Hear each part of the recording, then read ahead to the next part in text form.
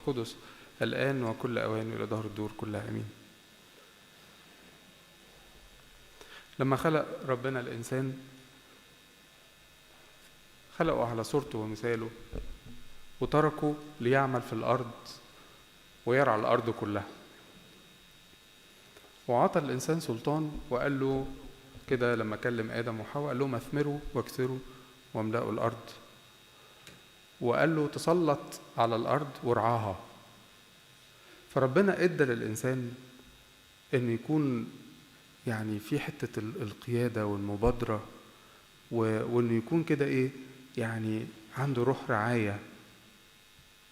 كان قصد ربنا إن الإنسان يدوق نعمة ربنا الكتيرة في الأرض اللي ربنا خلقها دي، ومن خلال إنه بيدوق هذه النعمة الكبيرة يتضع قلبه جدا لما يشوف إنه هو حواليه كائنات في منتهى الجمال، نظام الطبيعة ساري، وبعدين يتفرج على الورود، يتفرج على الأزهار، يشوفها في منتهى الجمال والبهاء، لابسة لبس أجمل بكتير جدا من هو قادر يلبسه، فيبتدي قلبه يتضع ويعرف ربنا.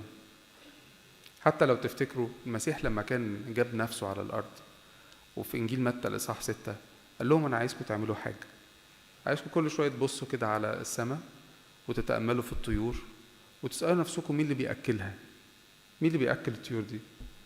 طب وفي أيام الشتاء مين اللي بيأكلها؟ طب وفي أيام الصيف وأيام الحر مين اللي بيأكلها؟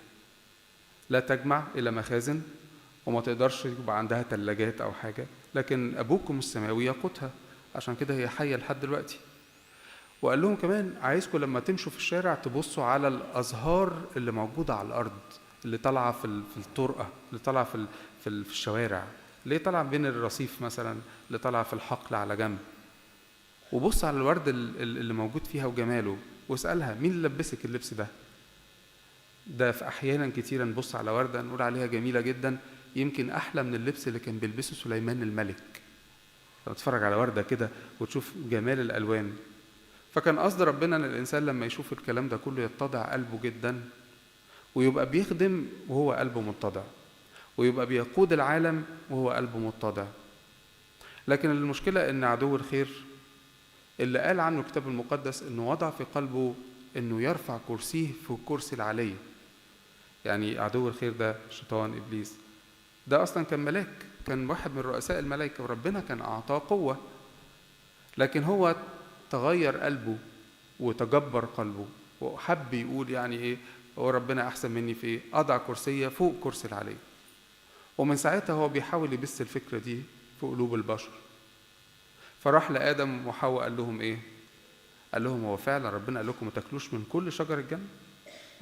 فحواء أخذت ودت معاه في الكلام، قالت له لا، هو قال لنا على شجرة واحدة ما ناكلش منها. قال لها هو ليه مش عايزكم تاكلوا من شجرة معرفة الخير والشر؟ انتوا مش عارفين ان انتوا لما تاكلوا من الشجرة دي تبقوا زيه عارفين الخير والشر؟ بص الفكرة جاية منين. فابتدى يدخل في الإنسان فكر وحش قوي، ليه ما بقاش برضو في مقام عالي؟ والفكر ده تسرب بقى بعد لما سقط آدم وحواء وإحنا سقطنا، ابتدى بقى يتسرب لكل واحد. كل واحد عايز يبقى عظيم، كل واحد عايز يبقى كبير، كل واحد عايز يبقى أحسن من اللي حواليه، مش يخدم اللي حواليه زي ما ربنا كان قاصد. كل واحد عايز يبقى أحسن من اللي حواليه. وابص كده على أخواتي لو لقيت عندهم حاجة أحسن مني قلبي يتحسر، وأتمنى أن الحاجة دي تروح من عند أخويا وتيجي عندي أنا. ليه؟ قالها الكتاب المقدس، قال كل ما في العالم شهوة العين وشهوة الجسد وتعظم المعيشة. كل واحد عايز يبقى عظيم وفاكر أن عظمته في الحاجات اللي عنده. فتلاقي ناس الحقيقة بتتعب جدا عشان تبان أنها عظيمة. يعني يعني ممكن واحد ما يكونش معاه فلوس، يعني الأمور المادية على القد، لكن لازم أروح أشتري الحاجة الغالية. ليه؟ أصل هي دي اللي بتبان. يعني لما أكون أنا واقف مع ناس كده وأروح مطلع من جيبي مثلا حاجة غالية كده وأمسكها، يبقى الناس تقول عليا يبقى أخبي الوضع المادي بتاعي، مستخبي ورا جهاز لمجرد أنه شكله غالي، لمجرد أنه. وفي بعض الأحيان الناس تعمل تجيب جهاز مثلا وتحط له تركيبة عشان يبان أنه جهاز تاني. طب ليه كل الكلام ده؟ لمجرد أن الواحد عايز يحس أنه عظيم، أنه كبير، الفكر ده موجود في البشر كلهم، لكن ربنا لما جه وضع في قلبنا قاعدة، قال لنا كده اللي عايز يمشي ورايا فلينكر ذاته ويحمل صليبه كل يوم ويتبعني. ليه يا رب يعني انت قصدك كده؟ قال لك لا انا مش قصدي كده، ده انا قصدي ان انتوا تبقوا احرار من الحتة دي، قصدي ان انتوا تبقوا متحررين من الحتة دي، قصدي ان انتوا تبقوا عايشين حسب القصد الالهي. انت ليك سلطان على الارض كلها، لكن عايزك تبقى متضع. الفكر ده اتسرب للتلاميذ. يعني لما نيجي نقرا الانجيل، لسه مقري دلوقتي من انجيل معلمنا مرقس، ولو حد فيكم كمان قرا انجيل عشيه، يقول كده ان المسيح كان ماشي مع التلاميذ فلقى ان في مناقشه دارت بينهم كده. طبعا هو كربنا فحص القلوب والكلى، عارف طبعا ايه اللي كان بيدور. فقال لهم هو انتوا كنتوا بتتكلموا في ايه؟ قال لهم كده في اي شيء كنتم تفكرون في الطريق. كسفوا جدا. ليه؟ لان اللي كان بيدور في بالهم كانوا يقولون فيما بينهم في بعضهم البعض من هو الأعظم فينا. يعني في وسط التلاميذ كلهم دول مين فينا الأعظم بقى؟ مين فينا اللي هيبقى جنب المسيح؟ حتى تفتكروا إن مرة من المرات جت أم يوحنا ويعقوب قالت له أنا نفسي إن أنت ولادي يقعدوا فين؟ يمينك وشمالك لما تيجي في الملك بتاعك. هي كانت فاكرة إن المسيح هيملك على الأرض، فقالت خلاص لما تملك يبقى يوحنا ويعقوب جنبك. فالمسيح قال لها أنت مش فاهمة. طب رد المسيح على التلاميذ ايه؟ قال لهم كده من أراد منكم أن يكون أولا فليكون آخر الكل وخادما للجميع. آخر الكل وخادما للجميع. الفكر ده مش عندنا خالص، الفكر ده مش فينا، الفكر ده ضد اللي بيقوله العالم. طب ايه رأيك ان القديس يوحنا نفسه، القديس يوحنا لما فهم قال كلمة خطيرة في الرسالة بتاعته، قال إبليس من البدء يخطئ. إبليس من البداية بيقول غلط، هو غلط وبيحاول يغلط البشر وراه وبيخدع البشر كلهم، بيقول لهم ان هو ده اللي صح، لكن إبليس من البدء يخطئ. من أجل هذا أظهر ابن الله، يعني جاب نفسه وظهر في وسطنا لكي ينقض أعمال إبليس ويقول ان السكة دي غلط. تخيلوا بقى. تعالوا كده نشوف اللي اتقال في إنجيل معلمنا لوقا، اللي اتقال في عشية. يقول لك كده ايه؟ قال لهم كمان، قال لهم مش مجرد بس انت تكون آخر الكل وخادم للكل، قال لهم كده ايه؟ ملوك الأمم بيتسلطوا عليهم، لكن انتم ما يكونش فيكم هذا الفكر، لكن الكبير فيكم فليكن كالأصغر والمتقدم فيكم ليكن كالخادم. لأن من هو الأكبر؟ سألهم كده. اللي بيتكئ، يعني الكبير اللي بيقعد كده والناس تيجي تخدم عليه، ولا الذي يخدم؟ ها ايه رأيكم؟ مين الأكبر؟ اللي بيتكئ ولا اللي جاي بيخدمه؟ فقال لهم طبعا انتوا هتقولوا الذي يتكئ. طيب ايه رأيكم بقى؟ لكن انا في وسطكم، انتوا شايفيني دلوقتي كالذي يخدم. ايه رأيكم بقى؟ انا، انتوا عارفيني دلوقتي، انتوا عارفين انا مين. ايه رأيكم بقى؟ انا في وسطكم كايه؟ كالذي يخدم. يعني لو هنتكلم على الرئاسة، على الملك، الرئاسة والملك بتاعتي انا اللي بديها للبشر. فإذا كنت أنا اللي في إيدي الرئاسة كلها، بينكم كالذي يخدم. وطبعا أنتوا عارفين إن هو يوم خميس العهد هيعمل عمل كبير جدا معهم عشان يأكد لهم الفكرة دي وما تروحش عنهم أبدا، إنه هينزل تحت رجليهم المسيح وياخد الفوطة ويربط وسطه بيها كأنه خادم بالظبط، ويقلع العباية بتاعته الرداء ده وينزل يغسل في رجليهم كلهم. ولما بطرس يقول له لا يا سيد مش ممكن أنت تغسل رجلي أنا، قال له يا بطرس لو ما غسلتش رجليك مالكش معايا نصيب. يبقى إذن القاعدة اللي حطها ربنا في وسط ولاده، ما تخافش على وضعك، ما تخافش على الرئاسة، كل الكلام ده ربنا بيديه. انتوا عارفين طبعا الناس في منهم ناس بتتعب جدا عشان تبقى أغنية زي ما اتفقنا، وقال عنهم الكتاب المقدس اللي بيتعب عشان يكون غني يطعن نفسه بأوجاع كثيرة، يدخل في تجارب كثيرة جدا عشان يبقى غني، لأنه عايز يبقى غني عشان يتعظم. لكن في ناس تانيين ربنا عايزهم أغنياء، ربنا بيغنيهم. ليه طيب تفتكر؟ ليه؟ عشان هم يغنوا اللي حواليهم ويرعوا اللي حواليهم، والغنى بتاعهم ده يعم خيره على اللي حواليهم كلهم. تحس كده الإنسان الغني من النوع ده هو من جواه حاسس إنه خادم، هو من جواه حاسس إن ربنا حطه في الحتة دي واداله البركة دي والنعمة دي عشان يخدم بيها، مش عشان قلبه يتعظم ويتأسى. لأن الكتاب المقدس اتكلم على واحد غني كان قلبه تأسى جدا، كان على بابه واحد فقير مجروح متألم جدا، وهو مش بيفكر في المجروح المتألم ده، عمال يفكر في غناه. فلما ربنا جاله في اللحظة بقى اللي هو بياخد فيها روحه، قال له ايه اللي انت عملته ده؟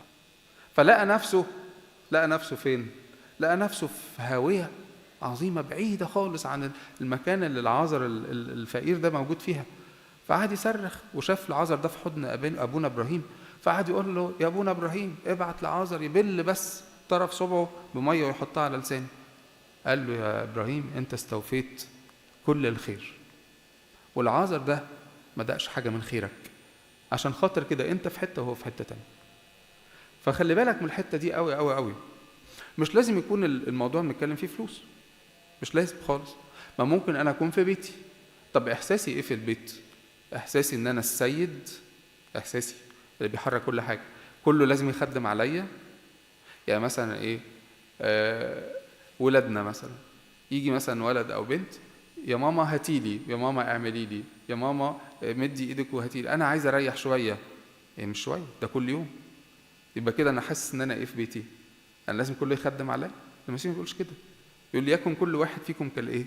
كالخادم. الخادم يعلى قيمته فوق الباقيين كلهم. اللي عايز يبقى اولا يكون اخر الكل وخادما للكل. ايه ده؟ دي القاعده مقلوبه خالص. ما هو المسيح جاي عشان يوضح لنا الحقيقه. أنا خلقت الإنسان عشان يكون خادم، عشان يكون بيخدم ويتمتع بكل الخير اللي أنا اديته. مجرد ما الواحد بيمشي كده بتحصل حاجة غريبة جدا. في واحد يدور على مجده وكرامته. قاعدة كده قالوها الآباء. يعني النهارده كنا بنتكلم عن القديس يحنس كامة. القديس يحنس كامة ترك كل حاجة وراح البرية.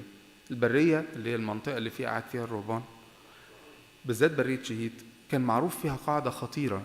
قال لك لو جريت ورا المجد يجري منك، لو هربت من المجد يلحقك يجري وراه.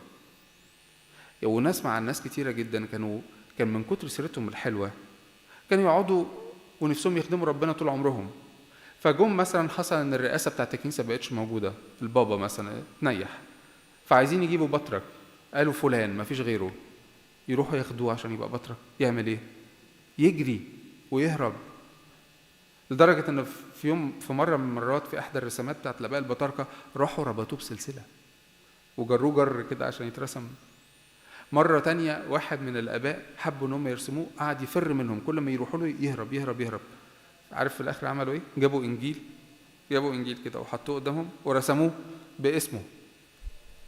وبعد كده ربنا اظهر ملاك للاب ده، قال له الرسامة دي من عندي، من فضلك روح استلم مهمتك كخادم.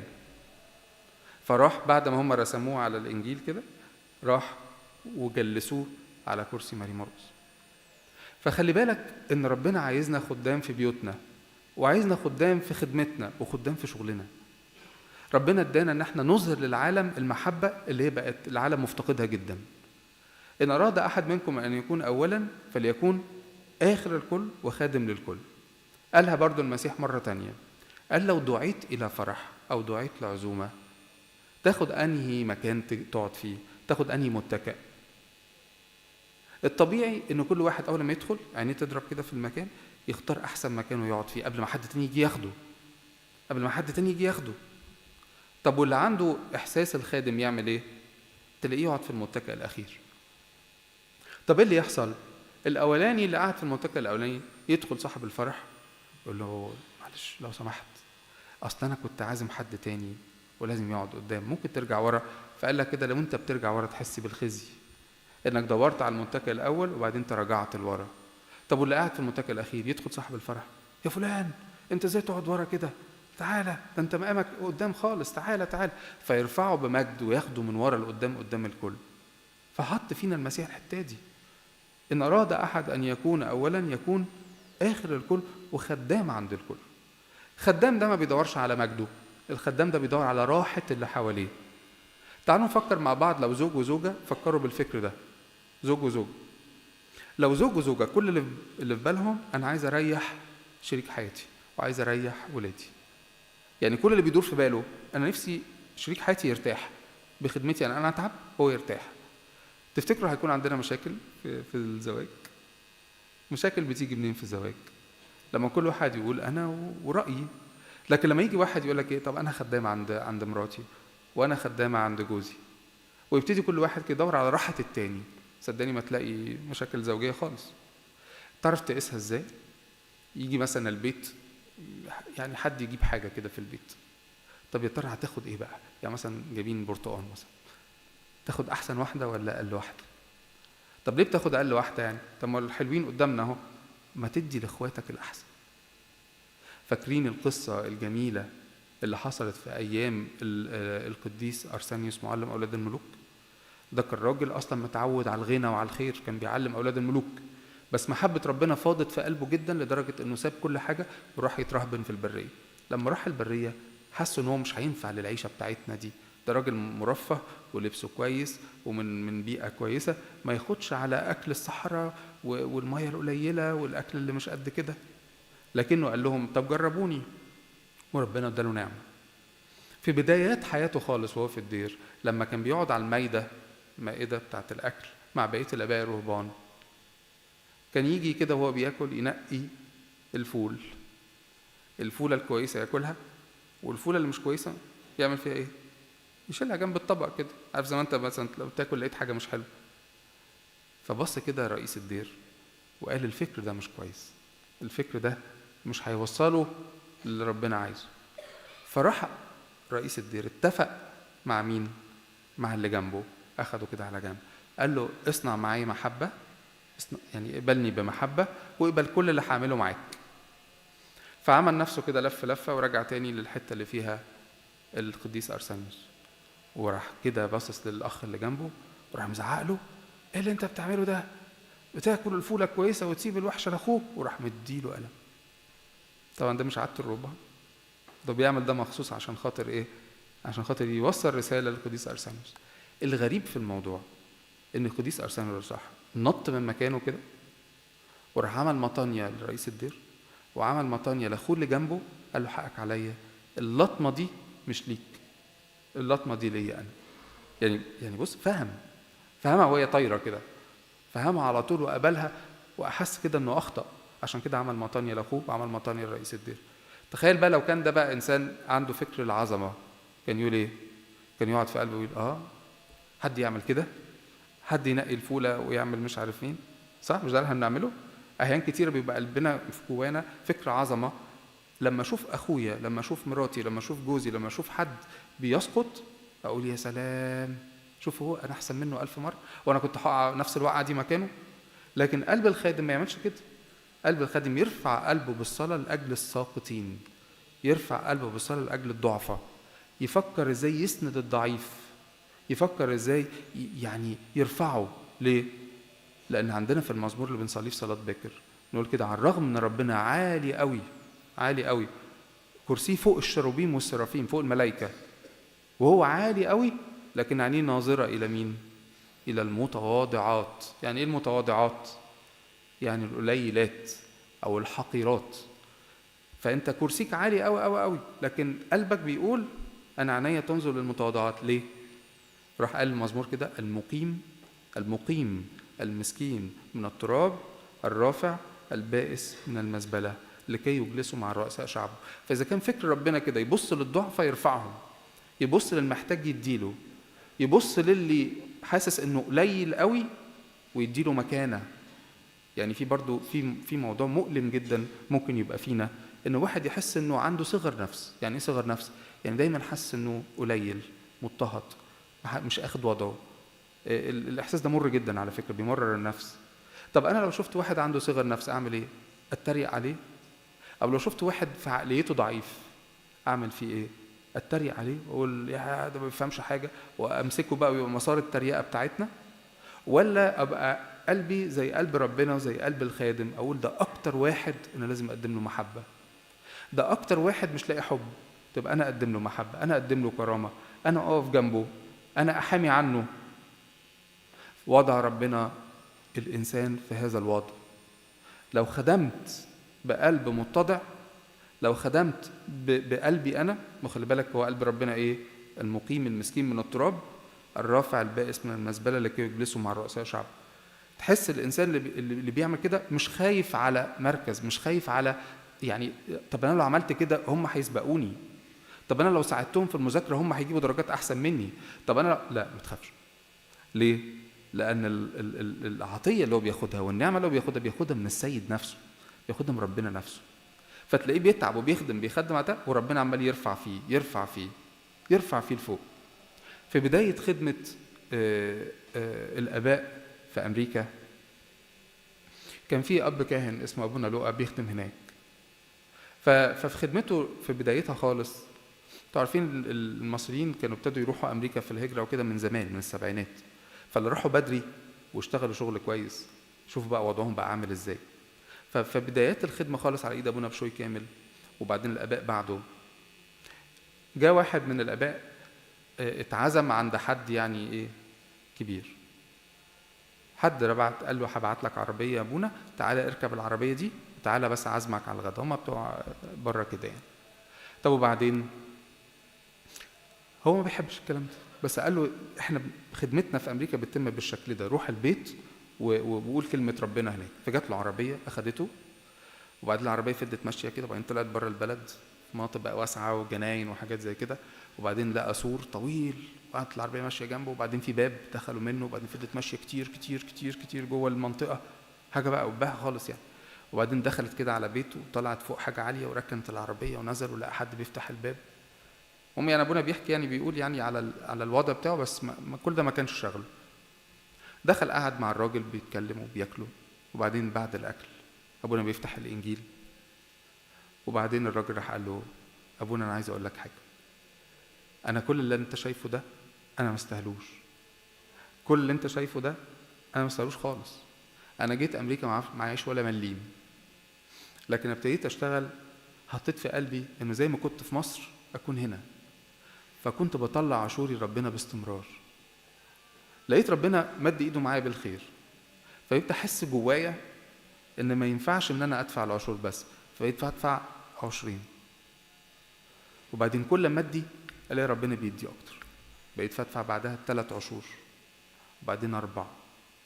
انا دلوقتي يا ابونا بدفع النص، وربنا مغرقني. فانت شايف انا جبت ده منين؟ معرفش.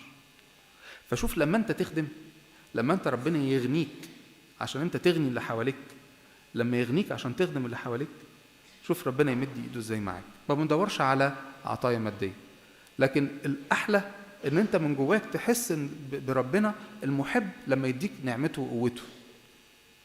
اخيرا نختم ونفكركم باللي المسيح قال ان اراد احدا ان يكون اولا فيكون ايه؟